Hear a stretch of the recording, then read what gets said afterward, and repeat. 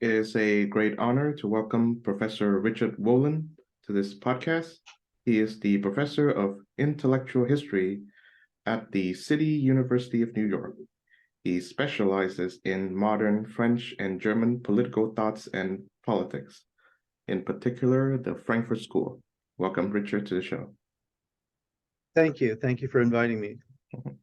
So I would like to begin by asking you, before we get into today's topic, which is Heidegger and his link to Nazism. Why should we study the thoughts and the thinkers of modern French and German philosophy? Well, that's, a important question and a fundamental question. I think that one could make it even a bit broader and ask, why should we study philosophy? And I think that one reasonable answer to that question has to do with the relationship between thought or philosophy as a form of thought and the capacity for reflection. And sometimes philosophers refer to this dimension of reflection as second order thoughts. In other words, we're all socialized and raised in specific cultures, traditions, often religions, and these habitual modes of socialization form kind of a second nature, and as opposed to first nature out there, trees, plants, flowers, and one of the unique factors of the human condition is to question second nature, question these pre-given traditional habits, customs, and thought patterns. And it goes back, for example, the philosopher Karl Jaspers treats what he calls the axial age, namely 800 to 200 BCE, where the kind of great religions of salvation emerged, as well as Greek philosophy of thought. And this is where, to cut to the chase, Jasper says the capacity for conscience and morality emerges in a cross-cultural sense. Philosophy takes up this kind of questioning. Now, to get back to 20th century Greek and French philosophy, philosophy continually evolves. It doesn't say that it progresses necessarily, but it goes through various incarnations. So there's a constant dialogue across generations and across cultures among philosophers. And this kind of questioning ideally should lead to better self-understanding, both for us as individuals, culturally, cross-culturally, and Germany, for example, has a very distinctive and esteemed tradition of philosophical questioning. A lot of famous names, one could rattle off, beginning with wherever you want to begin, Leibniz and Kant in the 18th century, and Hegel, Fichte, Marx, on up through the 20th century, Schopenhauer. So I think there is a sense, we would need to make good on this claim, that ideally philosophy can enrich our self-understanding and lead to, to go back to the Greeks and Socrates for a minute, the reflected life, the famous claim by Socrates in the Apology: the unreflected life is not worth living. Perhaps this is a simple statement, but it helpfully encapsulates what's unique about philosophy. And we have distinctive contributions in 20th century German and French thought. Not all are so salubrious, and perhaps that leads us to some of the questions about Heidegger's thought. Maybe not, but I'll let you ask the questions. Of course, yes. I think we can discuss Heidegger, but so my next question will be a two-parter. So the first part being, to what extent is Heidegger influenced by his predecessors, or at least his mentors in philosophy, German and French alike? Well, that's a tricky question, but an important one also. Heidegger is distinctly influenced by precursors, although he took great pride in his originality, although it's an originality that he sought to tie to something he calls primordial. And that goes back to what he called the Greek beginning. For Heidegger, the Greek beginning wasn't the Socratic school, against which he's very much influenced by Aristotle. For 4 years in the early 20s, he only taught lecture courses and seminars on Aristotle's thought. There's some Plato thrown in for good measure, but he wants to go back to the pre-Socratics. He feels that there were some missteps, especially with Plato's theory of ideas.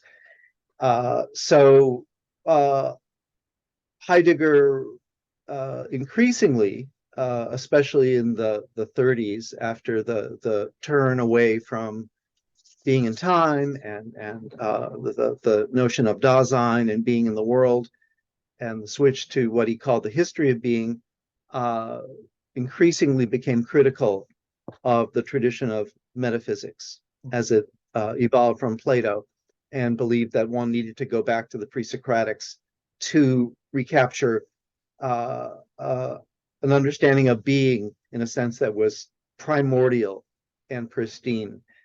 So these are, in this sense, this is an obvious precursor, but perhaps that's going back too far. The early Heidegger was very much influenced by the Kierkegaard Renaissance, circa World War I or after World War I in Germany. Jaspers was a significant interlocutor at the time for Heidegger, and Heidegger in his lecture courses especially worked through what he understood as the contributions and deficiencies of modern philosophy. Of course, he lectured on Descartes and Kant and Hegel, and considered himself, prided himself on being a phenomenologist in the Husserlian mode. In part, he was Husserl's research assistant in Freiburg, but he departed significantly from some of from Husserl's understanding of the quest for certainty and exactitude in philosophy. Heidegger thought this was a false path, so he undertook the new departures that one sees in being and time. Okay. Well, I guess the second part being that, so to what extent are the French and German thinkers whom you've familiarized yourself with influenced by Martin Heidegger?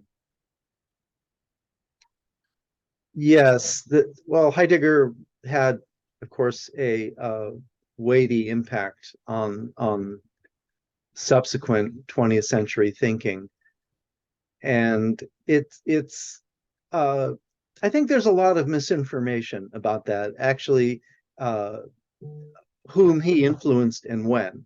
Mm-hmm. It's often said that French phenomenology, for example, was influenced by Heidegger.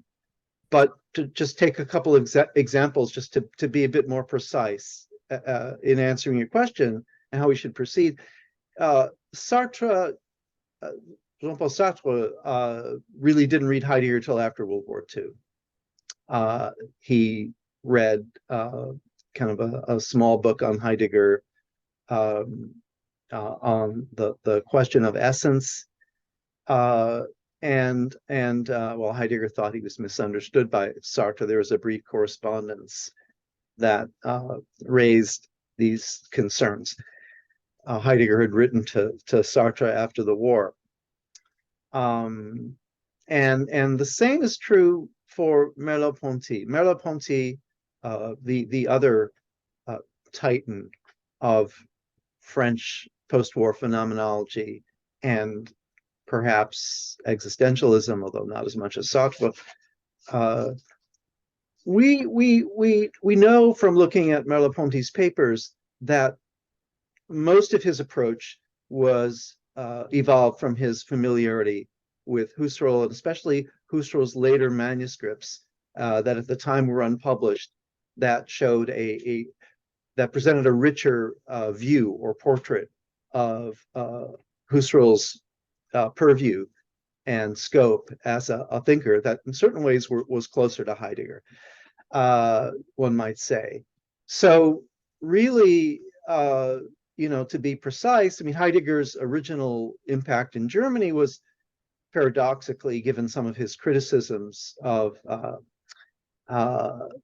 ontotheology among theologians in Germany, and in France, the figure who probably was most influential in transmitting Heidegger's ideas, both positively and critically, was Emmanuel Levinas, but that really didn't get underway until Levinas.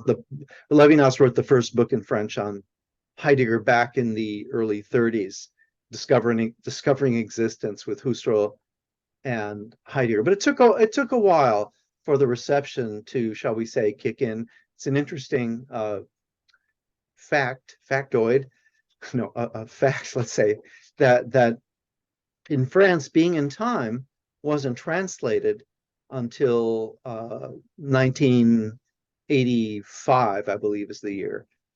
And ironically, that when this translation came out, pardon me a second, there were two translations that appeared almost simultaneously, in the same year. So it's a slow process. Depends on translation. It depends on significant commentaries, such as Levinas's early work, and at that point in France, I think the influence of Heidegger became, given the dissatisfaction with inherited philosophical paradigms, it became quite significant and prominent. But then, of course, there's the Derrida reception of Heidegger, and few would say that Derrida is an orthodox Heideggerian. He's not, but of course, that being said, Derrida, the whole conception of deconstruction with Derrida, it's been so influential in North America as well, needless to say, was very much influenced by Heidegger's notion. Derridian deconstruction evolved from Heidegger's notion of the deconstruction of Western metaphysics in Being in Time and elsewhere. And this was really a contribution on Derrida's part in a different idiom, done through semiotics and critique of language, rather than theories of textuality and Derrida's distinctive terminology, grammatology, the trace, the mark, etc. So there's an originality there at the same time that needs to be credited. This I think, was really a turning point in the reception of Heidegger. But then you have Heidegger perceived through the lens. This is the often the story or tale of reception history of ideas, that one significant thinker will reinterpret a doctrine or a body of ideas and put it on a new footing, and that's I think what one had with the reception of Heidegger in the U.S. At first, it was very orthodox and exegetical. Being in Time was translated into English in 1962.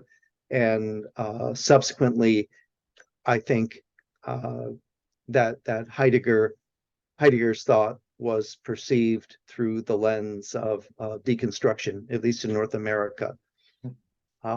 In France, it's a bit of a different story, but it's ironic that the one might say empirically and descriptively that the star, so to speak, of French theory is an American creation in a way.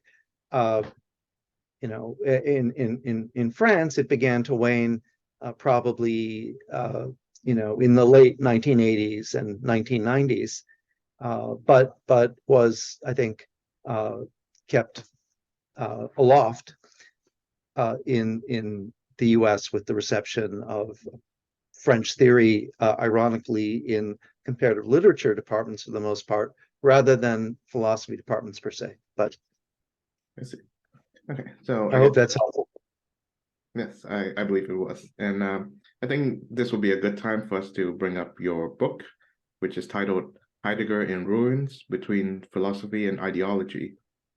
It was reviewed warmly by Quillette, an outlet that I read with some frequency. And it is, I believe it's your attempt at, I guess, making the link, or at least trying to analyze the link between Heidegger's philosophy and his political ideology, which is his adherence to Nazism. And you wrote the book during the wake of the revelation of the Black Notebooks, which are notebooks that were written by Heidegger that were not published until very recently. So could you tell us a bit of what these notebooks reveal? Yes, certainly. The notebooks, which were first published in 2014, one significant aspect, it's a philosophical diary, one might say, that Heidegger began in 1931 and maintained until 1969 with various levels and degrees of commitment. The first 4 volumes that cover the years 1931 to 1948, 49 are extremely revealing about Heidegger's self-understanding, specifically in terms of the way his developing notion of history of being and critique of metaphysics related to what was called in 1933 the German Revolution, or the National Revolution. In German, the people spoke of, and Heidegger uses this phrase in his rectoral address of May 1933, the National Awakening, Deutsche Aufbruch. And we have a level of metapolitical reflection in the Black Notebooks that is extremely helpful in informing us about Heidegger's understanding of the relationship between his conception of fundamental ontology or history of being in relationship to political events of the day. So there's often in the Black Notebooks, there's an explicit attempt to make significant linkages between day-to-day politics and there were, of course, a number of quite significant turning points, beginning with the Nazi seizure of power in January 1933, and then the growth of German militarism in the 30s, German rearmament, the very rapid move toward a totalitarian political government under Hitler, and of course, in 1939, the onset of one of the most terrible wars in history. There have been a number of terrible wars, unfortunately, in history, but it's probably hard to top that one in terms of the sheer loss of life and needless loss of life and extent of genocidal deeds. So it's uh, it's curious that many people have found it curious that Heidegger allowed these black notebooks, which it's kind of a double entendre, right, to call them black notebooks, since there are many dark thoughts and episodes in the books, but the reference has to do with the the black the wax that covered the books, uh, numerous volumes, and so the black notebooks uh, provided us with a rich level of self-reflection on Heidegger's part, but also they seemed rather damning in terms of some of his political observations and avowals and professions of allegiance to National Socialism,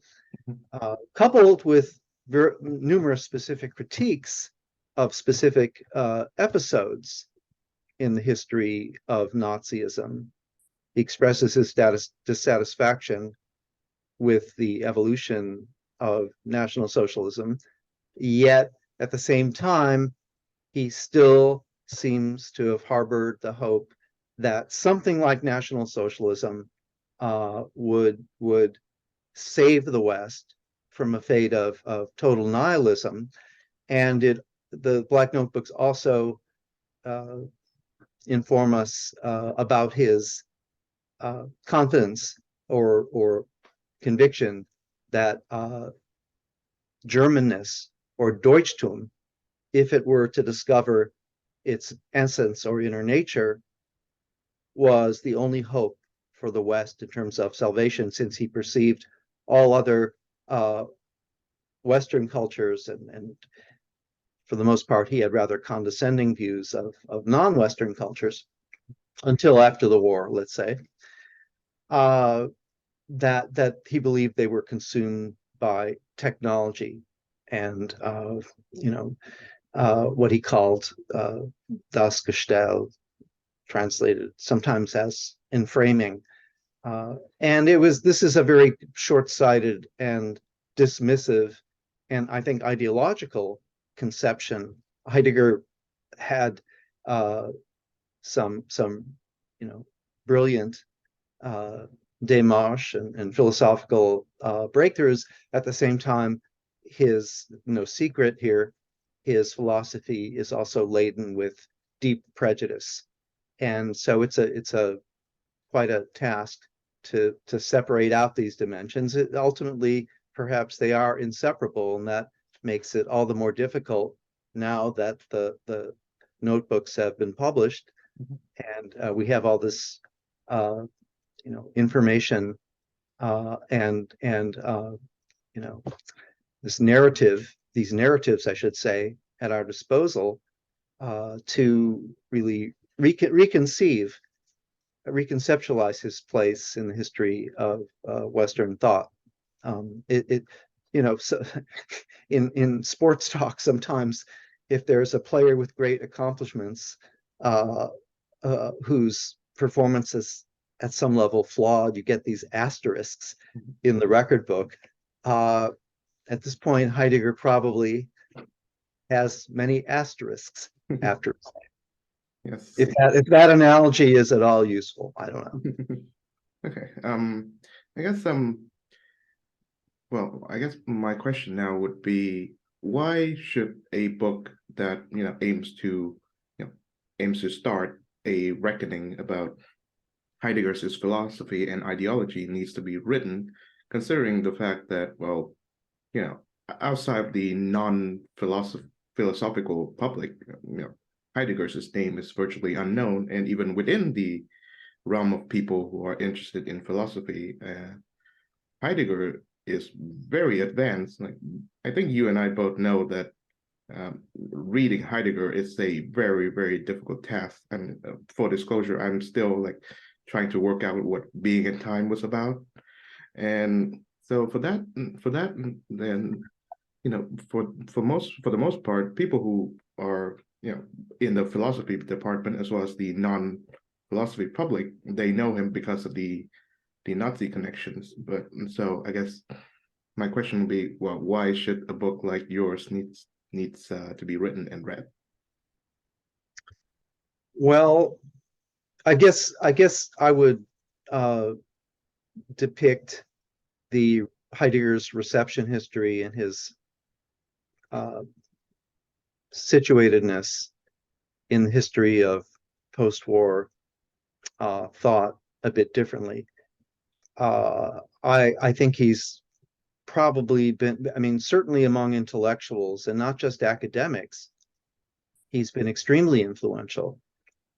Richard Rorty, just to take, one kind of anecdotal example, once claimed that it would be impossible to write the history of 20th century intellectual life apart from including Heidegger's name, were Heidegger omitted. And he's certainly right about that when one thinks of the influence Heidegger has had. Just to take the North American example, I discussed a few minutes ago, the development of French philosophy, post-war philosophy with Levinas and Derrida and Derrida's, confrère, one might say, the Coulebat and Jean-Luc Nancy, et cetera, who've been very influential. Most of their books are translated into English and have had a significant reception and following. Heidegger, he's a very significant presence. It's hard to find a way around his influence if one is seriously interested in coming to grips with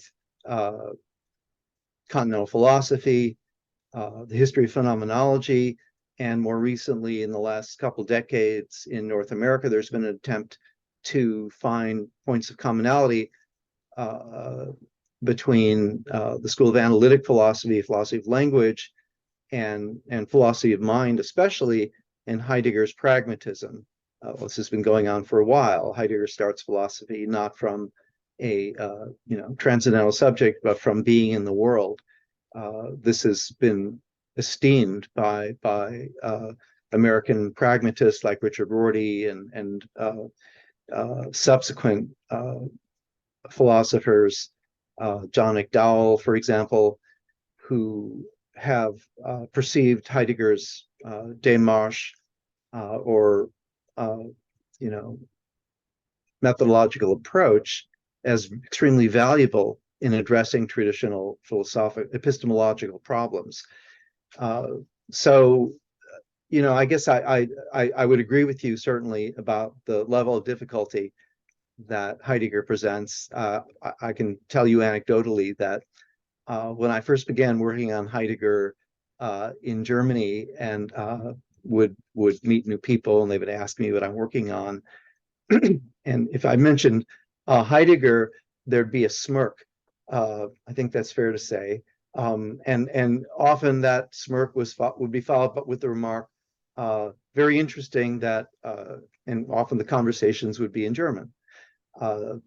Very interesting that you as an American are trying to read and understand Heidegger. I, as a German, can understand him. So good luck. So, which made me all the more determined to get to the end of the book or the books, whatever. But he's been extremely influential in a variety of disciplines, architecture, for example, his notion of space and his critique of technology for environmental thinking has been, of course, extremely important. Ecology, comparative literature. Heidegger has been very significant. The field of comparative literature has been, enriched and informed by philosophy in general, but especially Heidegger's writings on poetry and poetry as a form of what he calls unveiling or disclosure, world disclosure, has been very significant. It's interesting that you raise this question because lately I've been, my book's only been out for a few weeks. I've been getting feedback to the effect that it's remarks that are not dissimilar from your question. Mhm. That well, Heidegger's not so popular anymore, and his star has waned. That might be true to a certain extent. In Germany, I don't know. I've reflected on the fact that when I first traveled to Germany to study, the philosophy department, their syllabi were almost exclusively German oriented and focused. Mm. And today it's totally changed. There's been a infusion of cross-cultural interests and an interest in Anglo-America, considerable reception of Anglo-American philosophy, and the framework of German philosophy instruction has been genuinely internationalized and transformed. That's true. But I don't want my book to be misconstrued, and maybe this is a good time to clarify something that's important. My argument, and I state this in the introduction, is in no way that Heidegger is finished, or that his philosophy is politically contaminated to the point one shouldn't read him. In fact, I argue the opposite. And one additional inflection that I think it's important to add in the context of your question, that my book, one has to kind of interpret cum grano salis, the copy on the Amazon website, which I did not write, or even on the book jacket, which I tried to tone down. Often those in publishing feel they can attract a larger audience, by especially when the themes have to do with European intellectual and cultural history, by stressing Nazism, because this, there's remains this fascination, not always salubrious, with this episode. But my focus is really in the book. It's more general, and that's why the subtitle is between philosophy and ideology, because it would be ridiculous to try to project Nazism onto a book like Being in Time, when the Nazi party, one can't say it barely existed, but it was nowhere really, it was on the fringes of the political spectrum. They didn't have any political representation. My kind of comment is, it was material for Charlie Chaplin comedies virtually. But in 1933, the party and its Führer had the last laugh, not the final laugh, but they made it into power. So I'm not focused exclusively on Nazism. I think this would be erroneous to put too much weight on the movement per se. I'm focused more on what I call the German ideology. This is a term from Marx, and it wasn't only Marx who used it. And it had a different valence in Marx's book of the late 1840s, The German Ideology. He was referring to something else, German idealism and its successors. So I'm interested in the way that, if I could put it this way, as I do in the book, the ideology or ethos of German particularism, the German special path, influenced Heidegger's thinking. So I see important precursors in Hölderlin, for example, or the nationalist reading of Hölderlin that was not Hölderlin per se, but Hölderlin, the great poet, the way he was commandeered for the ends of German nationalism already in World War I. This is very influential for Heidegger, and the way the whole conception of German history and the German mission in history was reconfigured at the time of World War I. Heidegger identified profoundly this was his generation, even though he didn't serve at the front, which he always took as an omission in his biography. He even falsified his biography in 1934 under Nazism by saying he had fought at Verdun. He was, basically, he was in the military, but he never saw active service at the front. He was sending up weather balloons to check for poison gas, etc. And we should all be thankful that although he was exempted from frontline duty due to a supposed heart condition, he lived to the ripe age of 86. So he took good care of himself, presumably, not to let that heart condition get out of control. So I think it's there have been a number of books written on the problem of Farias, Hugo Ott's biography on Heidegger in the Nazi era. So my scope is a bit broader on Heidegger's belief in Germanness and Deutschtum. It's not unrelated to Nazism, but that's not where it begins and ends. As kind of a salvific power that can redeem the West from the fate of nihilism, as diagnosed by Nietzsche and other thinkers he treats in the course of his work, and in the Black Notebooks, Oswald Spengler's Decline of the West. Heidegger was very much influenced by Ernst Junger at a certain point, circa 1930. We know, and there's a thick volume of the collected works, hasn't been translated into English yet, on Ernst Junger. So I really try to cast my net, so to speak, in a wider vein to understand the entwinement of philosophy or fundamental ontology and metapolitics in Heidegger's work. I think metapolitics is the apt term here, because in line with a dictum by Nietzsche that's often cited, Nietzsche referred to himself as the last unpolitical, last anti-political German. And he didn't mean that he was unpolitical, but it was a way of distancing himself from day-to-day politics and party politics and the politics of the Second Empire. Heidegger had a similar view of what one might call metapolitics. Nietzsche, this is a good parallel, I think. Nietzsche spoke in the 1880s, he spoke of Twilight of the Idols, for example, other works. He spoke of this figure of great politics, as opposed to the petty politics of the party system and democracy, which he scorned, etc. And Heidegger speaks of, in the Black Notebooks, for example, metapolitics. And this seems to be politics, in his view, at a more elevated level, whereby it becomes part and parcel of the history of being. It plays a role in the history of being, not in decline or nihilism, but part of a greater, a higher narrative. So this is the kind of politics that Heidegger had hoped for, I think, originally from National Socialism.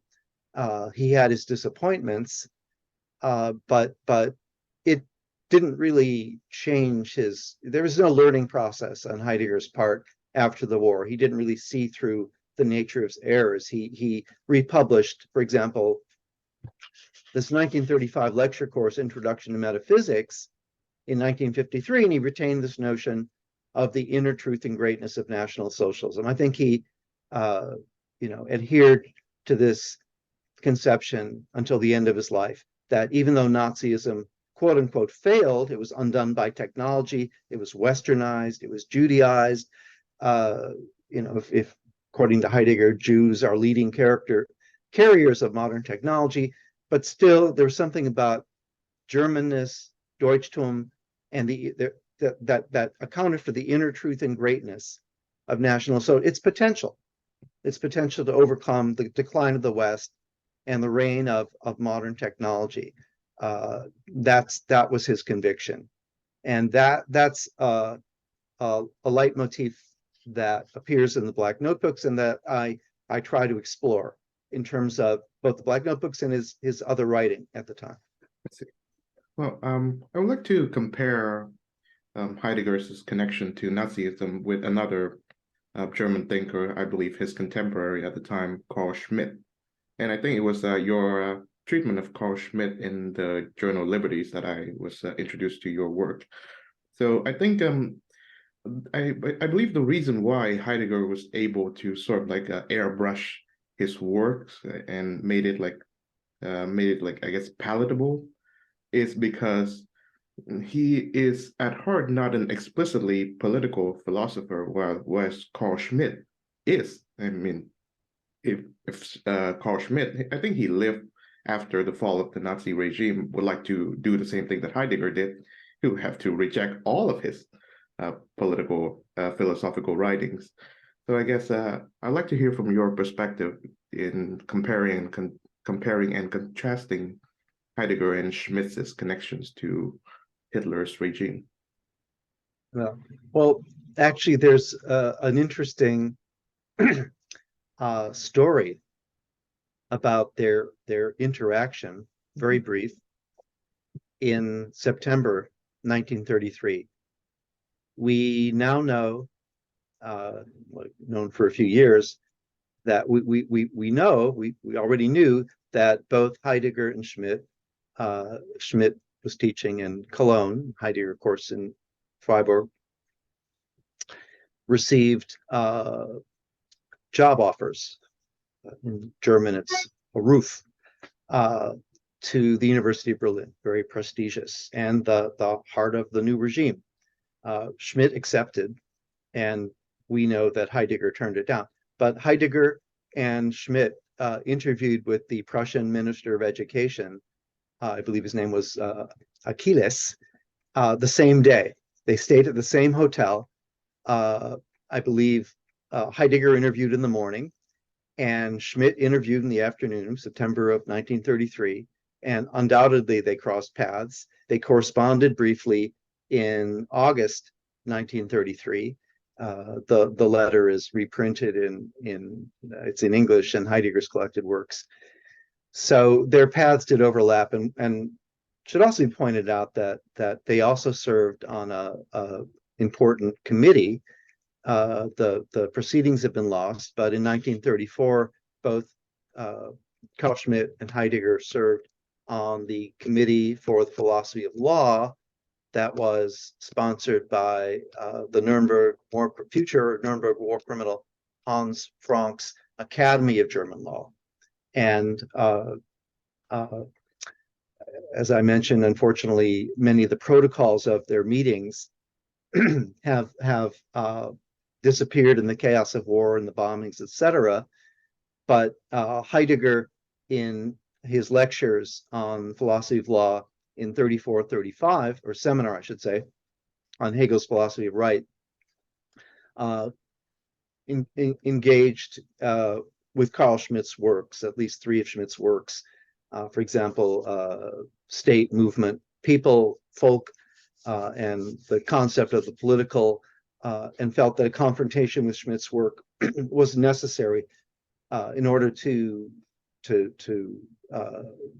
arrive at an adequate conception of politics and law, or Recht in German, is the title of Hegel's book in German is as well.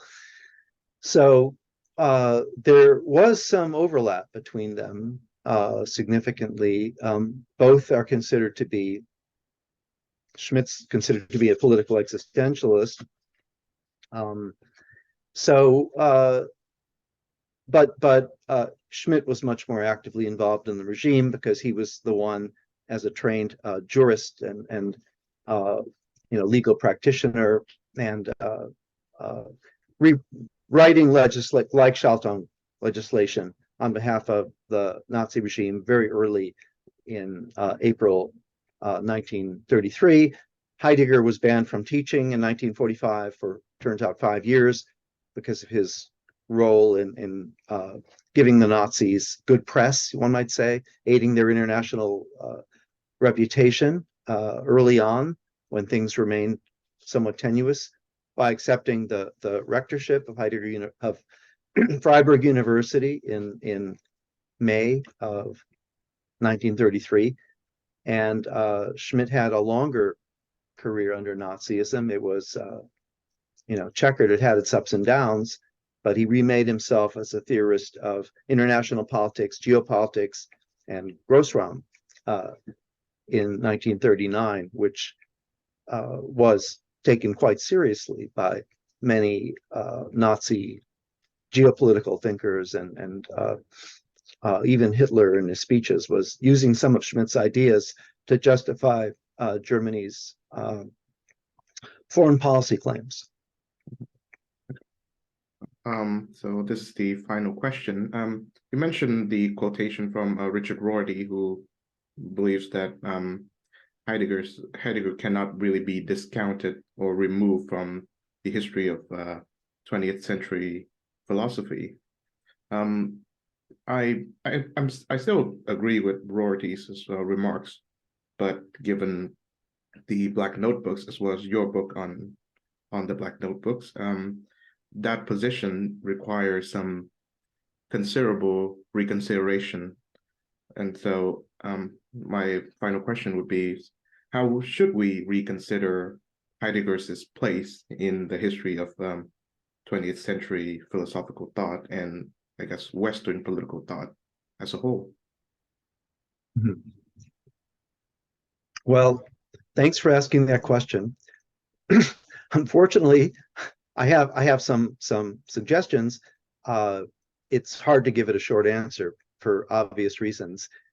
My first answer or inclination is that for a long time, philosophers and Heidegger's supporters and partisans have been claiming that one can make an absolute separation between Heidegger as a metapolitical thinker and his various political involvements on the one hand, and his contributions to first philosophy or the history of philosophy or phenomenology, etc. I think that with the publication of the Black Notebooks, some important collections of letters, the seminars he gave in 1933, seminars and lecture courses 33 and 34, even 35 as well. It's become impossible to make an absolute separation between these aspects of his, activity and life history and intellectual, philosophical achievements. Even in Being in Time, it's impossible to not deny now, there are prominent ideological dimensions, especially in part 2, division 2 on historicity, when he talks about folk and community and generation and choosing one's hero.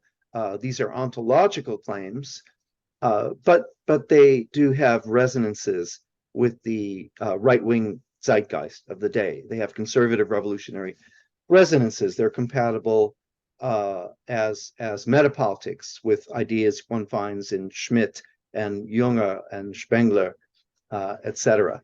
That's no basis or ground, should be no basis or ground to stop reading Heidegger.